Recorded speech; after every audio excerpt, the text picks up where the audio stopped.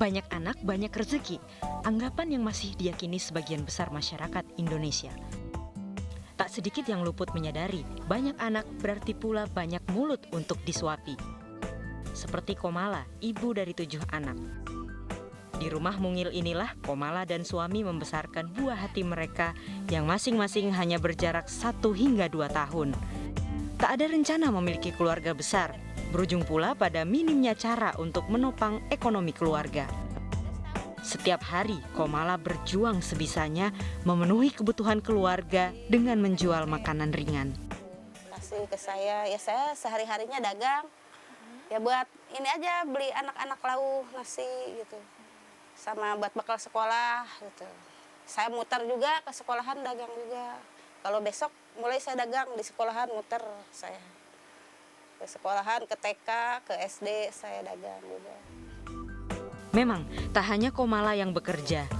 Dalam sebulan, pekerjaan sang suami sebagai petugas keamanan di masjid dekat rumah mampu mengumpulkan Rp200.000. Namun rupanya tetap besar pasak daripada tiang. Demi memastikan perut terisi, mimpi melanjutkan sekolah harus tertunda. Anak pertama ibu Komala, Melani, tidak melanjutkan sekolah ke perguruan tinggi, melainkan bekerja supaya keluarganya bisa terbantu. Melani sendiri bercita-cita memiliki usaha makanan, dan saat ini tengah berjuang mengumpulkan uang untuk mewujudkan usaha itu.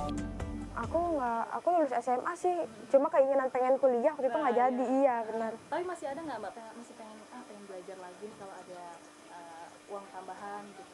Enggak, aku malah pengen buka usaha, Kak. Buka usaha aja ya setelah ini ya, supaya keluarga bisa lebih baik lagi nantinya. Iya. Potret keluarga ibu Komala hanya satu dari ribuan contoh keluarga tanpa rencana matang di Indonesia.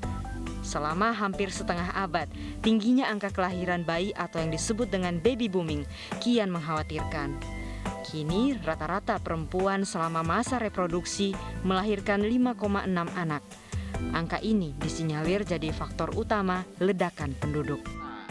Maka pemerintah pada tahun 70 itu mendirikan BKKBN, yaitu Badan Koordinasi Keluarga Berencana Nasional, dengan tujuan hanya satu, bagaimana menurunkan angka kelahiran total tersebut untuk menghambat laju pertumbuhan penduduk. Kekhawatiran ini bukan tanpa alasan.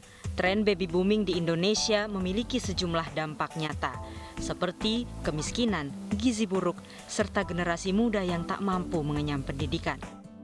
Ini bukan pekerjaan rumah satu pihak. Masyarakat pun diminta aktif berpartisipasi bersamaan dengan Hari Kependudukan Dunia yang jatuh pada 11 Juli. Hal ini bertujuan meningkatkan kesadaran semua, baik dari masyarakat maupun pemerintah, terhadap pentingnya isu-isu kependudukan terkait lingkungan dan pembangunan. Badan Kependudukan dan Keluarga Berencana Nasional pun telah mencanangkan program 2 Anak Cukup. Diharapkan program ini jadi solusi utama agar pasangan usia subur bisa merencanakan kehidupan berkeluarga. Tak hanya urusan perut, kesehatan dan pendidikan anak juga harus diperhatikan demi generasi penerus yang berkualitas. Tim Liputan, Kompas TV, Jakarta.